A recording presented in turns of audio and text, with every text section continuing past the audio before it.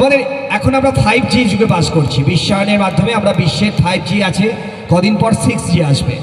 ঠিক এই সময় দাঁড়িয়ে আমাদের গার্জেন যারা, আমাদের অভিভাবক আছে, আমাদের সন্তান যারা আছেন আর কি, সেই মা বাবারা ভাবছে যদি কোনো কারণে আমার ছেলেকে ইংলিশ মিডিয়ামে পাস আউট করিয়ে দিতে পারি তাহলে বোধহয় বিরাট কিছু একটা হবে।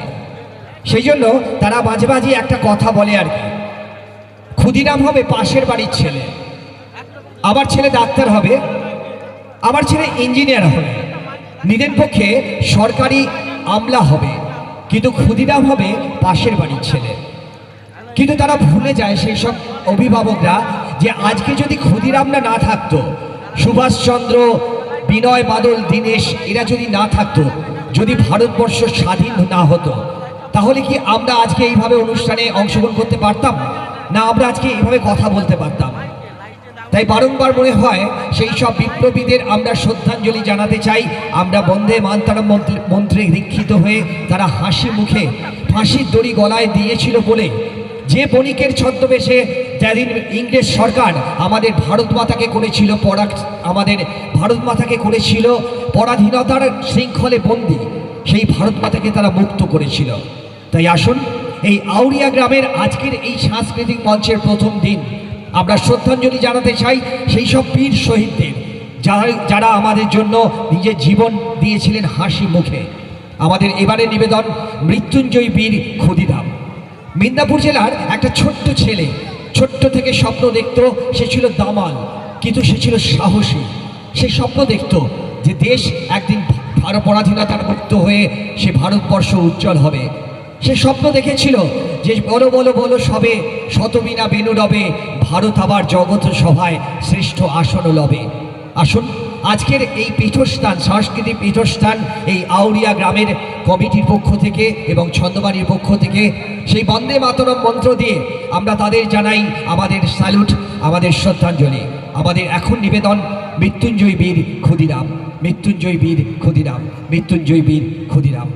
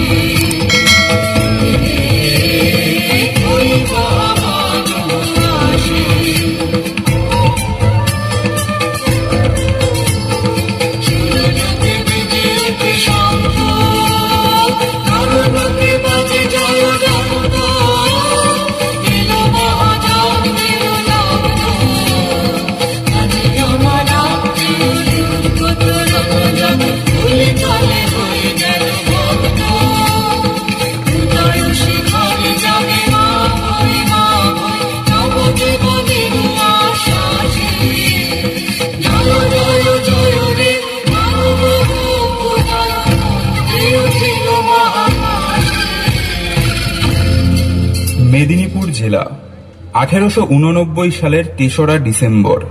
সবেমাত্র সূর্য অস্ত গেছে, ঘড়ির কাঁটা পৌঁছে গেছে বিকেল 5টার ঘরে। মেদিনীপুর শহরের কাছেই হাবিবপুর গ্রাম।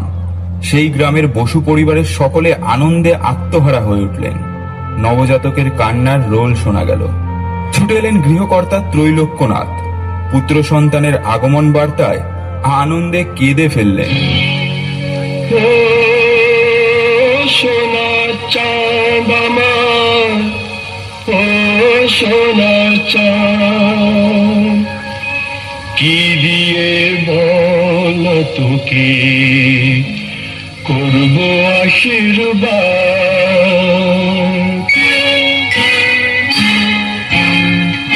কি দিয়ে তোকে করব আশীর্বাদ।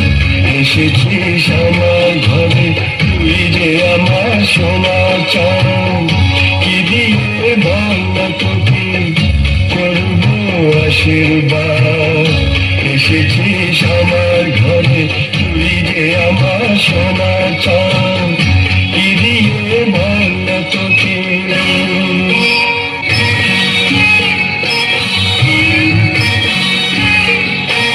বুকটা আমার জুড়িয়ে গেল বুকে তোকে পেয়ে, বুকটা আমার জুড়িয়ে গেল বুকে তোকে পেয়ে।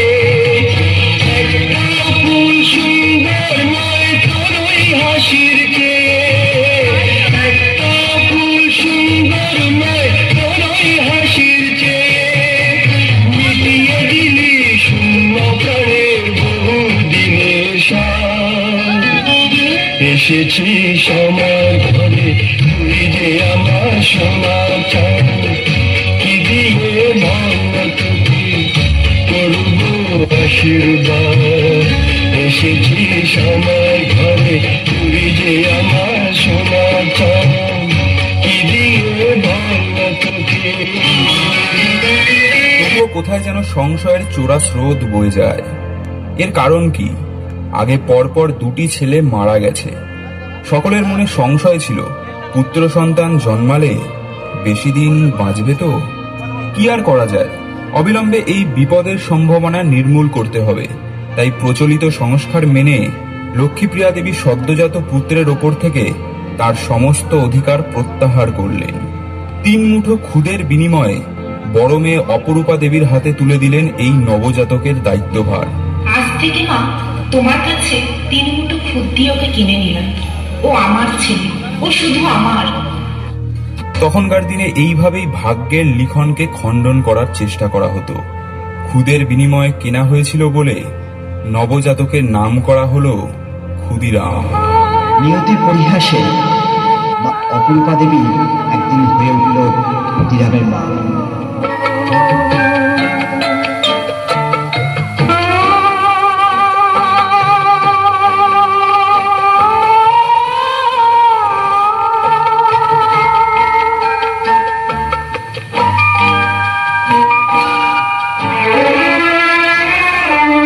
হাজার তারার আলোয় ভরা চোখের তারা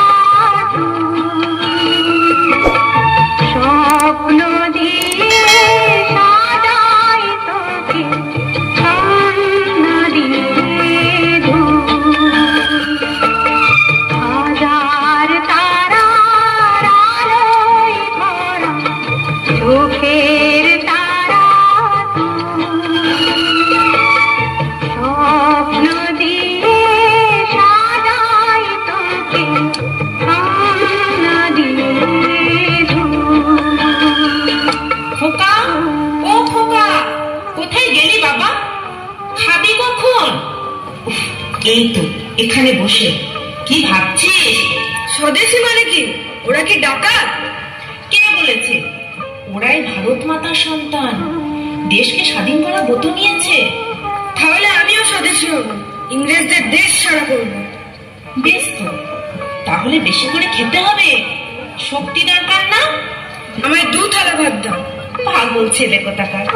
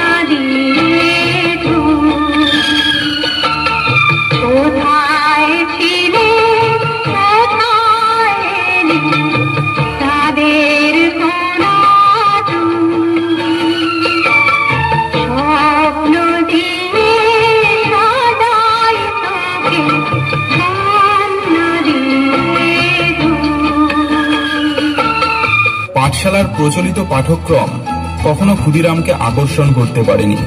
তার ভালো লাগতো সহপাঠীদের নিয়ে গাছে চড়তে, যখন তখন নদীতে সাঁতার কাটতে ভালোবাসতেন, পাখির বাসায় ঢিল ছুটতেন, শিক্ষক মশায়ের বেত লুকিয়ে রাখতেন, নানা ধরনের দুরন্তপনা করে সকলকে মাতিয়ে রাখতেন। আমরা নূতন যৌবনের দূত, আমরা নূতন যৌবনের দূত, আমরা চঞ্চল, আমরা অদ্ভুত, আমরা নূতন যৌবনের দূত, আমরা নূতন যৌবনের দূত।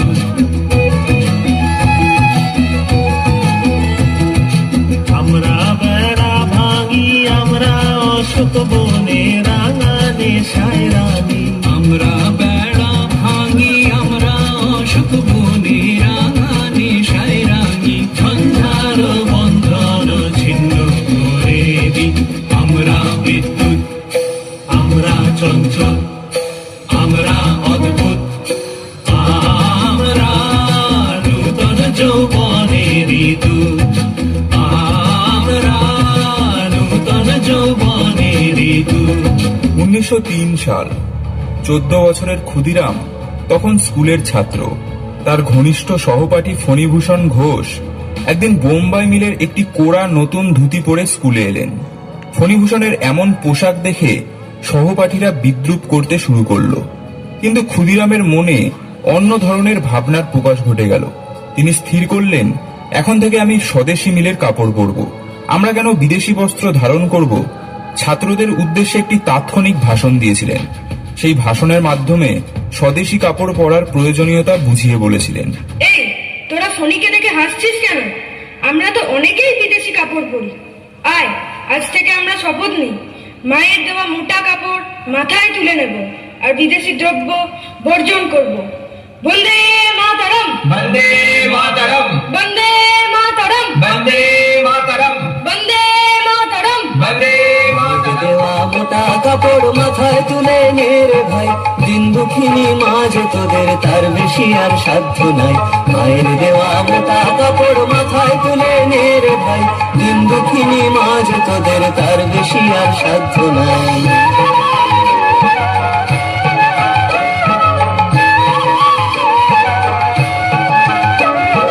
মোটা সুতোর সঙ্গে মায়ের অপার স্নেহ দেখতে পাই, মোটা সুতোর সঙ্গে মায়ের অপার স্নেহ দেখতে পাই। আমরা এমনি পাশানটাই ফেলে ওই পরের দড়ি ভিক্ষে চাই, এমনি পাশানটাই ফেলে ওই পরের দড়ি ভিক্ষে চাই। মায়ের দেওয়া মোটা কাপড় মাথায় তুলে নে রে ভাই, দিন দুঃখিনী মাঝ তোদের তার বেশি আর সাধ্য নাই, দিন দুঃখিনী মাঝ তোদের তার বেশি আর সাধ্য নাই। তখন মেদিনীপুরে বেশ কয়েকটি গুপ্ত সমিতি স্থাপিত হয়েছে। একটি গুপ্ত সমিতির সঙ্গে যুক্ত ছিলেন বিশিষ্ট শিক্ষাবিদ রাজনারায়ণ বসুর ভাইপো জ্ঞানেন্দ্র বসু ও সত্যেন বসু, আর ছিলেন হেমচন্দ্র কানুনগো। ক্ষুদিরাম শেষ অবধি হেমচন্দ্রকে চোখের সামনে দেখলেন। হেমচন্দ্র বুঝতে পারলেন ক্ষুদিরামের মধ্যে জ্বলন্ত অগ্নিস্ফুলিঙ্গ আছে। ভাবনা কেন, আমরা তোমার শান্তি প্রিয় শান্ত ছেলে, তবু শত্রু এলে অস্ত্র হাতে ধরতে জানি। তোমার ভয় নেই মা, আমরা প্রতিবাদ করতে জানি। মা গো, ভাবনা কেন, আমরা তোমার শান্তি প্রিয় শান্ত ছেলে, তবু শত্রু এলে অস্ত্র হাতে ধরতে জানি। তোমার ভয় নেই মা, আমরা প্রতিবাদ করতে জানি। মা গো, ভাবনা কেন, আমরা হারবো না, হারবো না, তোমার মাটির একটি কণাও ছাড়বো না। আমরা হারবো না, হারবো না, তোমার মাটির একটি কণাও ছাড়বো না। আমরা বচন দিয়ে দুর্গ ঘাটি ধরতে জানি। তোমার ভয় নেই মা, আমরা প্রতিবাদ করতে জানি। মা গো, ভাবনা কেন, বয়সের সাথে পাল্লা দিয়ে বাড়ে প্রতিরোধের স্পর্ধা। ব্রিটিশদের অন্যায় অবিচারের সামনে গোলার মতো রুখে দাঁড়ায় কিশোর ক্ষুদিরাম। ভারত মায়ের প্রতি কর্তব্য পালন করতে এগিয়ে আসে 16 বছরের সাহসী ক্ষুদিরাম। যোগ দেয় বিপ্লবীদের দলে। কিংসফোর্ডকে হত্যা করতে প্রফুল্ল চাকির সঙ্গে আরো একজন সৈনিক যান। কে জানে? আমি যাবো মাস্টারমশাই, আমি যাবো। কিন্তু তুই কি পারবি? এত অল্প বয়সে? হ্যাঁ, আমি পারবো।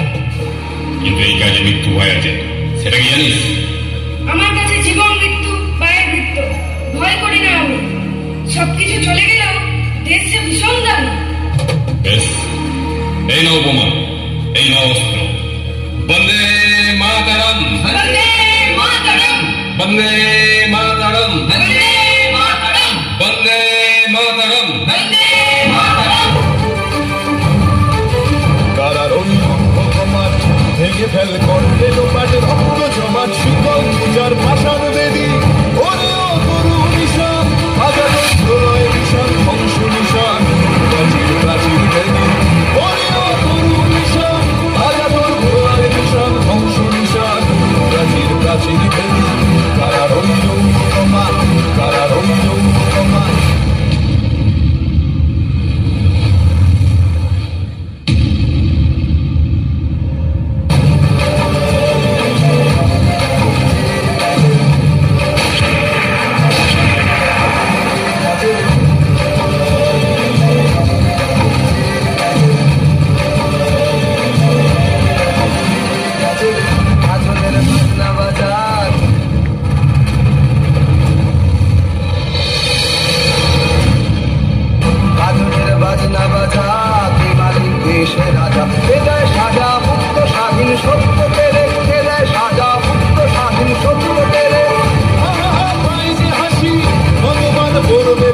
সর্বনাশী শিখায় হিন্দু লোকের কারা রইল আমার ভেঙে ফেল করলে তোমার রক্ত জমান শিবম পূজার ভাষার দেরি।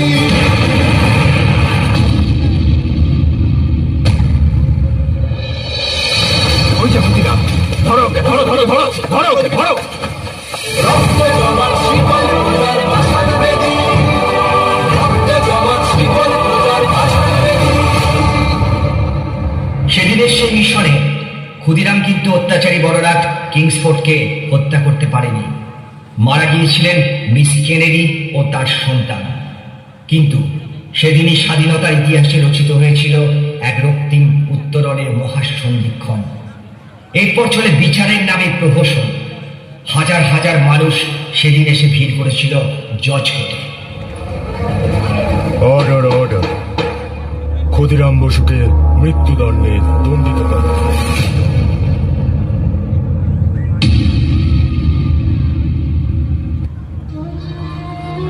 তোমায় একটা সুযোগ দিতে চাই, যেহেতু তুমি নাবালক।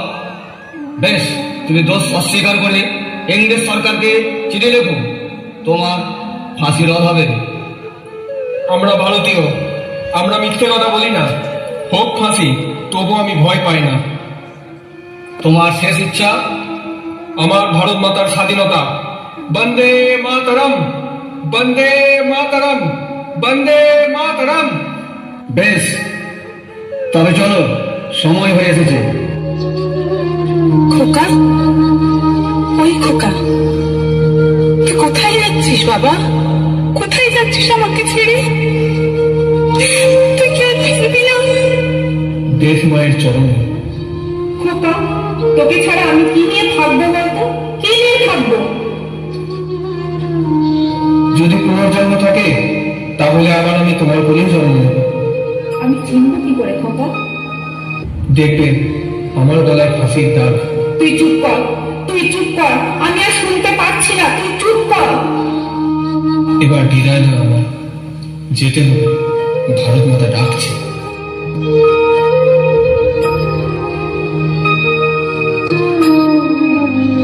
একবার বিদায় দে মা, ঘুরে আসি। হাসি হাসি করব ফাঁসি, দেখবে ভারতবাসী। একবার বিদায় দে মা,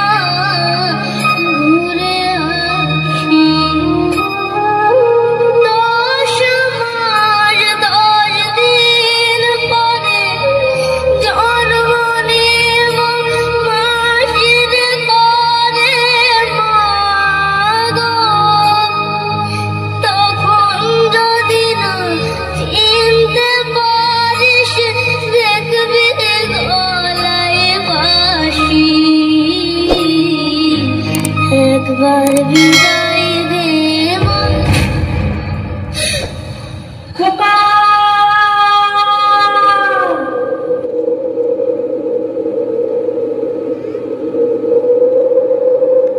বন্দে মাতরম, বন্দে মাতরম, বন্দে মাতরম। একবার বিদায় দে মা, ঘুরে আসি। ফাঁসির মঞ্চে গেয়ে গেল যারা জীবনের জয়গান, আশি অলক্ষে দাঁড়াইছে তারা, দিবে কোন বলিদান। ফাঁসির মঞ্চে গেয়ে গেল যারা জীবনের জয়গান, আশি অলক্ষে দাঁড়াইছে তারা, দিবে কোন বলিদান। বন্দে মাতরম, বন্দে মাতরম, বন্দে মাতরম।